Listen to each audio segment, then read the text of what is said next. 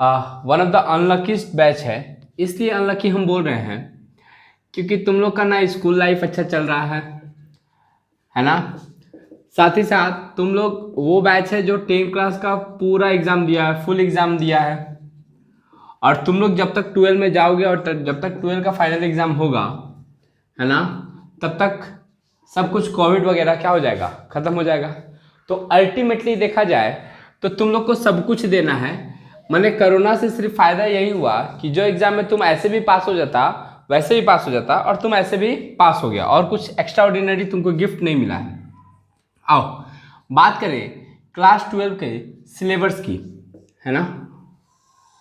Class 12 में अगर हम अकाउंट्स का बात करें, अकाउंटेंसी का, तो सिलेबस इतना इजी है कि करीब करीब तुम्हारा सिलेबस जो है 90 दिन के अंदर कंप्लीट हो जाना चाहिए।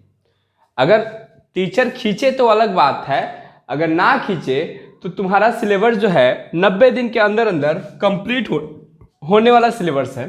पूरा अकाउंटेंसी अगर 80 मार्क्स का होता है तो इसका दो पार्ट है। एक होता है 44 मार्क्स का जो कि प्रैक्टिकल सम होता है ना, और 36 मार्क्स का जो कि तुम्हारा एमसीक्यू एंड एससीक्यू रहता है, शॉर्ट टाइप क्वेश्चन। मतलब तुम्हारा कॉन्सेप्ट कितना अच्छा क्लियर है उसके बेसिस पे ये तुमको 36 मार्क्स मिल जाएगा, और तुम्हारा प्रैक्टिकल कितना अच्छा है उसके बेसिस पे 44 मार्क्स मिल जाएगा। पूरा चैप्टर वाइज डिवीजन देखा जाए तो टोटल अकाउंट्स के सिलेबस को 3 पार्ट में डिवीजन किया जा सकता है। पार्टनरशिप, कंपनी, एंड हम बोल सकते हैं फाइनेंशियल स्टेटमेंट एनालिसिस।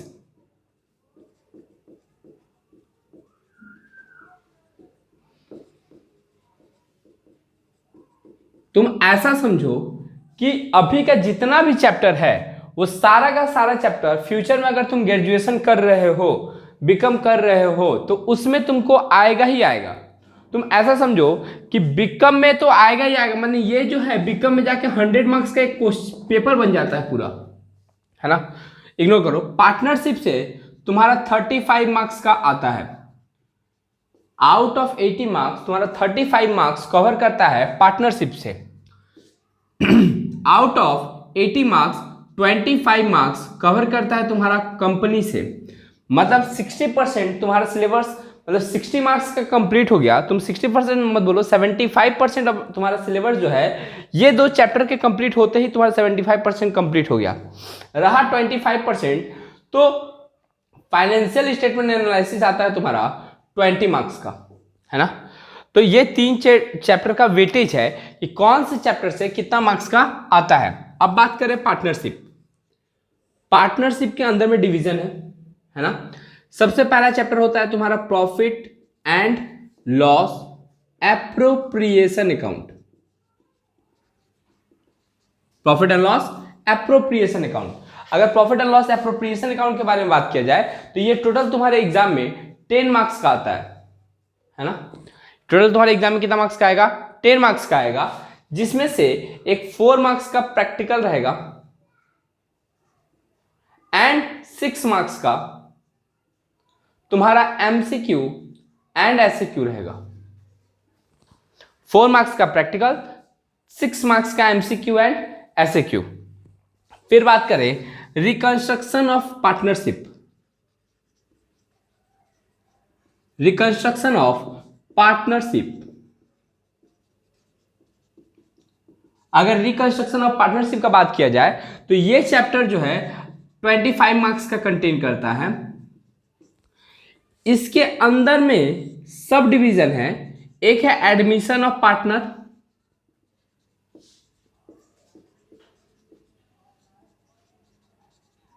दूसरा है तुम्हारा रिटायरमेंट ऑफ पार्टनर,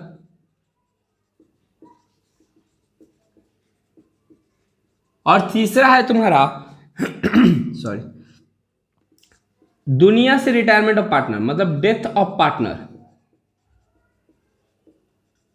है ना। तो ये 3 चैप्टर है। अब इस 3 चैप्टर में से कैसे समझ आता है, एक 10 मार्क्स का प्रैक्टिकल सम आता है, एक 6 मार्क्स का प्रैक्टिकल सम आता है, और रिमेनिंग 9 मार्क्स का तुम्हारा एमसीक्यू एंड एसक्यू। क्लियर? ऐसे टाइप का सिलेबस है। फिर बात करें अगर हम कंपनी का, तो कंपनी का डिवीजन यहां पे करते हैं थोड़ा सा। कंपनी में 2 पार्ट है, एक है शेयर और दूसरा है डिवेंचर। शेयर जो है 20 मार्क्स का आता है, डिवेंचर जो है तुम्हारा 5 मार्क्स का आता है। 20 मार्क्स में से एक 6 मार्क्स का प्रैक्टिकल सम आता है, एक 4 मार्क्स का प्रैक्टिकल सम आता है, और रिमेनिंग 10 मार्क्स का तुम्हारा एमसीक्यू एंड एसक्यू आता है। डिवेंचर में बात करें तो 4 मार्क्स का एक प्रैक्टिकल सम आता है और 1 मार्क्स का तुम्हारा एमसीक्यू एंड एसक्यू आता है। ये तुम्हारा 25 मार्क्स का डिवीजन हो गया। बात करें फाइनेंशियल स्टेटमेंट एनालिसिस का, तो फाइनेंशियल स्टेटमेंट एनालिसिस में बेसिकली अगर देखा जाए, हम तुमको शॉर्टकट में बता रहे हैं कि रेशियो है और कैश फ्लो है।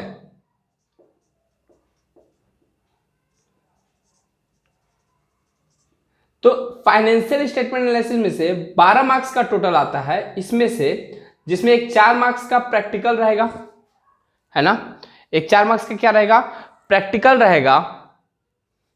थोड़ा सा छोटा कर रहे हैं, 4 मार्क्स का प्रैक्टिकल रहेगा और 8 मार्क्स का MCQ and SCQ. Cash flow statement में एक 6 मार्क्स का प्रैक्टिकल रहेगा और 4 मार्क्स का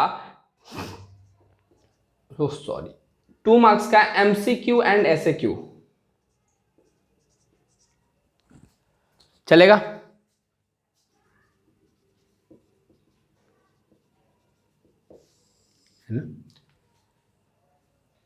mainly profit and loss appropriation account is prepared by partnership firm. अब बात आता है कि पार्टनरशिप क्या होता है या पार्टनरशिप एक्ट कब स्टार्ट हुआ है। ये शायद तुम लोग क्लास 11 के बिजनेस स्टडी में ही पढ़े होंगे कि partnership act was introduced in 1932। 1932 में पार्टनरशिप एक्ट जो है वो इंट्रोड्यूस कर दिया गया था। अब बात आता है पीएल अप्रोप्रिएशन होता क्या है। पीएल अप्रोप्रिएशन का मतलब तुम बोल सकते हो it is a distribution of profit among the partner और ऑनर। मतलब सिंपल सा बात है, profit and loss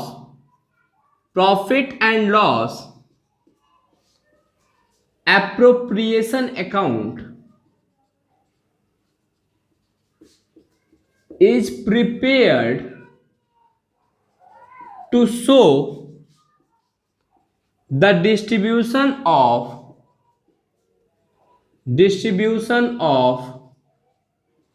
profit among the partner।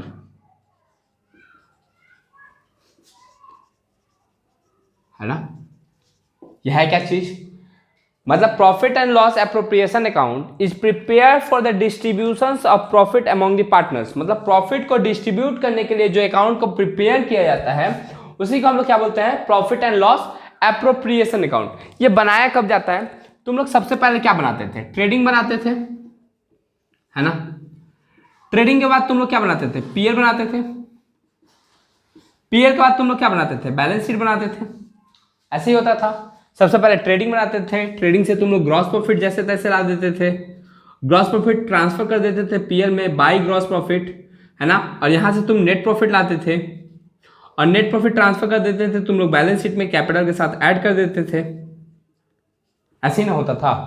But कहीं ना कहीं ये बैलेंस शीट से पहले और प्रॉफिट एंड लॉस अकाउंट के बाद बनता है, that is known as profit and loss appropriation account.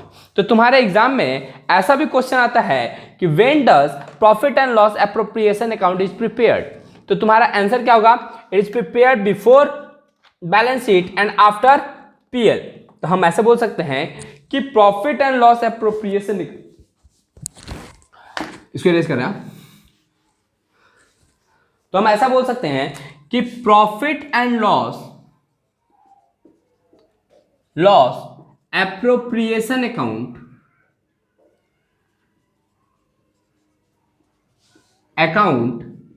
is prepared, profit and loss appropriation account is prepared to show is prepared after profit and loss account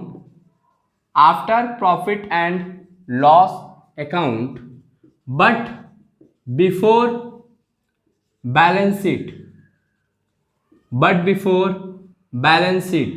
मतलब profit and loss appropriation account PL के बाद और balance sheet से पहले बनाए जाने वाला account है। क्लियर चलेगा यहां तक? एक बार minimum number of partner is 2, कम से कम कितना पार्टनर होना चाहिए? कम से कम 2 पार्टनर होना जरूरी है, तभी तो पार्टनरशिप होगा। अकेले में पार्टनरशिप होता है क्या? है ना। Maximum number of partner banking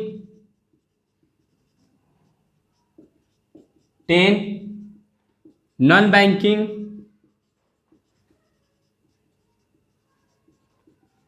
20, है ना। As per company act,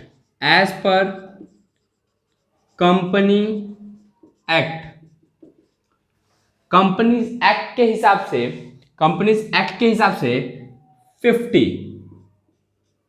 maximum number of partner में भी 50 से ज्यादा नहीं हो सकता है। डिफिनेशन लिखो।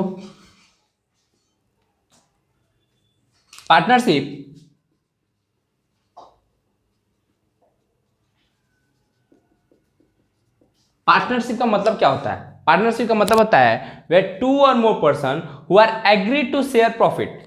जब 2 या 2 से ज्यादा पर्सन एग्री होता है अपने प्रॉफिट को क्या करने के लिए? शेयर करने के लिए। और business must be carried on by any of them और all of them acting for all.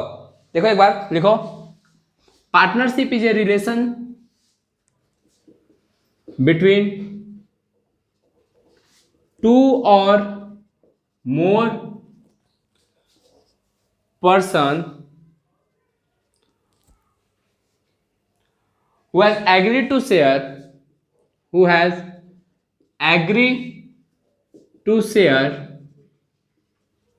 profit of business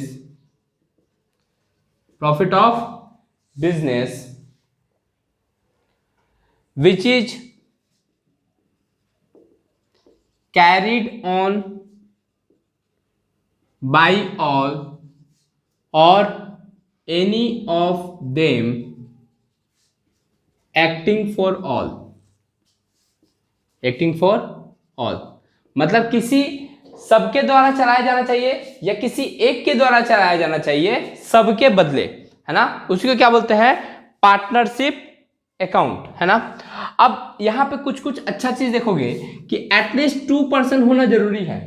कम से कम 2 आदमी का होना क्या है? जरूरी है। Who are agree to share.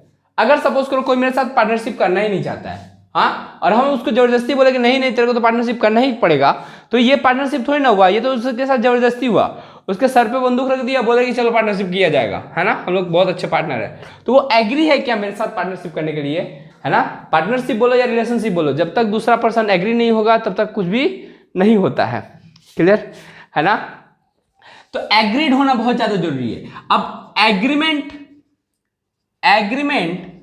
में बी रिटेन और वर्बल। एग्रीमेंट जो है इट मे बी रिटेन और इट मे बी वर्बल, मतलब लिखित भी हो सकता है और मौखिक भी हो सकता है। But when agreement is written it is known as partnership deed. When agreement is written, then it is known as partnership deed. अच्छा, पार्टनर जो होते हैं ना, partners are agent as well as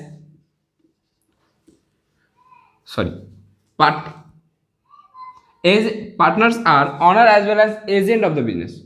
Partners are owner as well as agent of business या partnership form, है ना। जो partner होता है वो बिजनेस का ऑनर भी है और साथ ही साथ एजेंट के रूप में भी काम करता है। मानो कि अगर हम लोग दो पार्टनर हैं तो हम क्या होता है, हम जहां जाते हैं अपने बिजनेस के बारे में क्या करते हैं, चर्चा करते हैं। हम चाहते हैं ज्यादा से ज्यादा मेरा सेल क्या हो जाए, बढ़ जाए। पार्टनरशिप का सेल बढ़ने के लिए हम भी उतना ही ट्राई करते हैं जितना कि मेरा दूसरा पार्टनर ट्राई करता है। तो जब घर पे बैठे हैं तो हम ऑनर हैं, जब मार्केट में निकल रहे हैं तो हम कंपनी के क्या हो जाते हैं, एजेंट बन जाते हैं। ठीक है, चलेगा यहां तक, कोई दिक्कत? Profit and loss appropriation account, है ना। ये अकाउंट बनाया कब जाता है, अभी तुम लोग को हम बताएं कि प्रॉफिट एंड लॉस के बाद और बैलेंस शीट से पहले। प्रॉफिट एंड लॉस के बाद और बैलेंस शीट से पहले जो भी अकाउंट बनाया जाता है उसी को हम लोग क्या बोलते हैं, profit and loss appropriation account. ऊपर में हेडिंग होता है in the books of,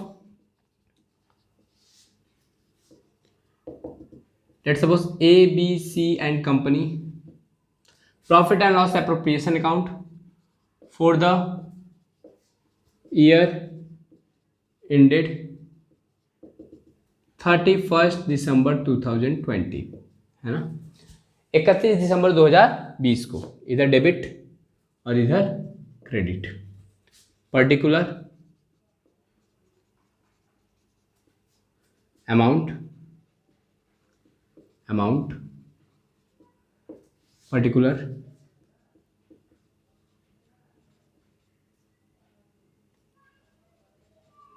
amount.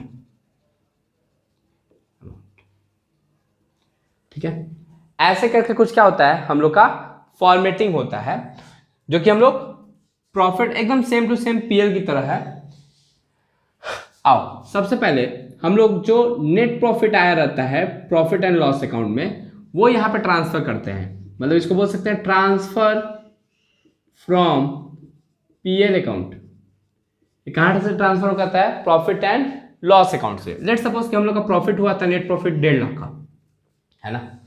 अब 3 पार्टनर है ए बी सी, तीनों पार्टनर बिजनेस में कुछ ना कुछ पूंजी लगाया होगा और कुछ ना कुछ पूंजी लगाने के वजह से वो कुछ ना कुछ इंटरेस्ट चार्ज करेगा कि भाई हम पूंजी लगाए हैं तो मेरे को इंटरेस्ट चाहिए। तो इन लोग के बीच में एग्रीमेंट था कि ये लोग आपस में इंटरेस्ट ऑन कैपिटल चार्ज करेंगे, है ना, ए बी और सी। सपोज ये 1 लाख रुपए इंट्रोड्यूस किया था, ये 80,000 और ये 60,000। परसेंटेज इजी के लिए हम तुम लोग के लिए 10% रखते हैं, है ना। 10,000, 8,000, 6,000, टोटल हुआ 24,000। फिर एग्रीमेंट था कि पार्टनर्स को सैलरी मिलेगा, पार्टनर विल गेट सैलरी, है ना। A and B will get salary. A will get 500 per month, whereas B will get 5,000 per annum. A जो है 500 पर मंथ सैलरी रिसीव करेगा, जबकि B जो है 5,000 पर एनम रिसीव करेगा। तो इसका तो 5,000 रहेगा, इसका पर मंथ है इसलिए मल्टीप्लाई बाय 12, तो ये 6,000 हो जाएगा, तो टोटल हो जाएगा 11,000। Got it, okay. फिर पार्टनर्स कमीशन का बात करें,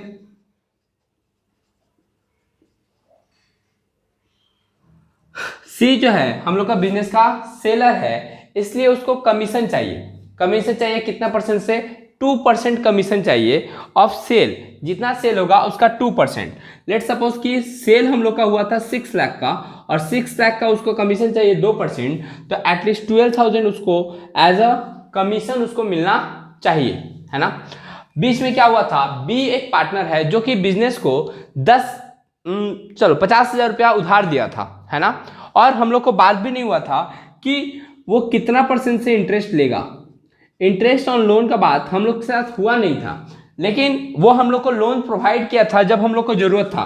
तो ऐसे भिखारी थोड़ी ना छोड़ देंगे उसको क्या करेंगे, इंटरेस्ट देंगे एटलीस्ट 6% से। मतलब अगर कोई पार्टनर बिजनेस को लोन दिया है और इंटरेस्ट के बारे में बात नहीं हुआ है उन लोगों के बीच में, तो एटलीस्ट हम लोग 6% के हिसाब से उसको इंटरेस्ट प्रोवाइड करेंगे, 6% पर एनम के बेसिस पे चलेगा। तो 50,000 का 50,000 का 6% अगर देखा जाए तो 3,000 होता है। क्लियर। उसी तरह कुछ कुछ पार्टनर जो है बिजनेस से ड्राइंग किए थे, इंटरेस्ट ऑन ड्राइंग कौन कौन किया था? ए किया था, बी किया था और सी किया था। ये तीनों पार्टनर बिजनेस से ड्राइंग किए थे कितना कितना का? लेट सपोज कि ए जो ड्राइंग किया था वो 10,000 का, बी जो किया था 8,000 का और सी जो किया था 6,000 का, और रेट ऑफ इंटरेस्ट दिया हुआ है 10%। तुम लोग के इजी करने के लिए, है ना, तुम लोग के इजी के लिए 10% अभी ले रहे हैं। तो सोचो ए ड्राइंग क्या है 10,000, 8,000 और 6,000, तो इन लोगों का इंटरेस्ट रेट है ड्राइंग का 10%। लेकिन अगर कोई डेट मेंशन नहीं है, हमको डेट नहीं बताया है कि कब ड्राइंग किया है, तो हम लोग ड्राइंग के साथ ऑलवेज 6/12 एवरेज लेके चलते हैं। हमेशा जब भी अगर हमको डेट मेंशन नहीं किया है कि कब ड्राइंग किया है, तो हम लोग ऑलवेज 6/12 को क्या करते हैं? एवरेज लेके चलते हैं। तो 10,000 का 10% होता है 1,000 और उसका आधा करें तो 500, 400 एंड 300। तो ये टोटल इंटरेस्ट हो गया तुम्हारा 1200। चलेगा भाई? क्या है फिर? क्या है कि पार्टनर जो है उसको इंटरेस्ट, सॉरी कर दो। तो क्या था कि जो पार्टनर है वो लोग सब पैसा डिस्ट्रीब्यूट नहीं कर लेता है।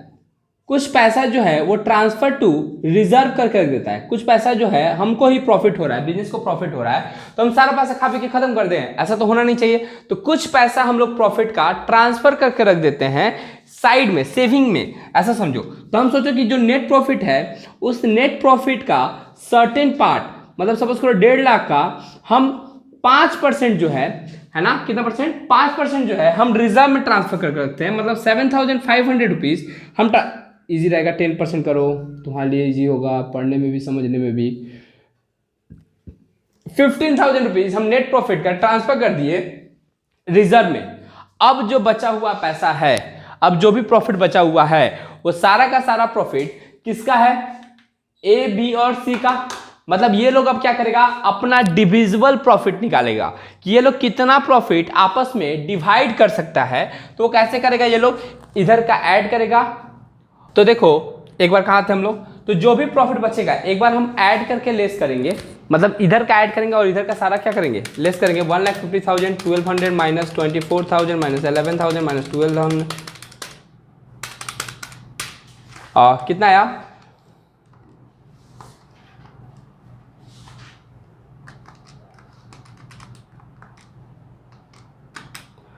तो मेरे ख्याल से 86,200 आ रहा है। कितना आ रहा है? 86,200। इसको बोलेंगे हम लोग डिविजिबल प्रॉफिट। डिविजिबल प्रॉफिट 86,200, जो कि हम लोग एज्यूम करते हैं कि पार्टनर्स के बीच में ए, बी और सी का प्रॉफिट शेयरिंग रेशियो है 5:3:2। 5:3:2 के रेशियो में ये लोग प्रॉफिट को क्या करता है? आपस में डिस्ट्रीब्यूट करता है। कौन लोग? पार्टनर्स लोग। क्लियर। तो हम लोग जो प्रॉफिट आया 86,200 का, वो ए, बी और सी को डिवाइड कर देंगे। 86,200 और 86,200 in the ratio of 5/10, in the ratio of 3/10, in the ratio of 2/10। इस रेशियो में क्या कर देंगे हम लोग? डिवाइड कर देंगे। तो डिवाइड बाई 10 इंटू 5 तो आ जाएगा 43,100, 25,860, 86,000 सॉरी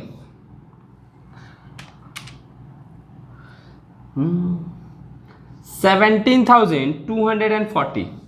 क्लियर। तो जाके तुम्हारा क्या आ जाएगा? डिविजिबल प्रॉफिट को डिस्ट्रीब्यूट कर देंगे हम लोग। हो गया। अब इसको बंद कर देंगे, नीचे से पूरी तरीका से बंद कर देंगे और इधर से ये टोटल कर देंगे 1051200, 151,200, 151,200। Got it. चलो कॉपी करो।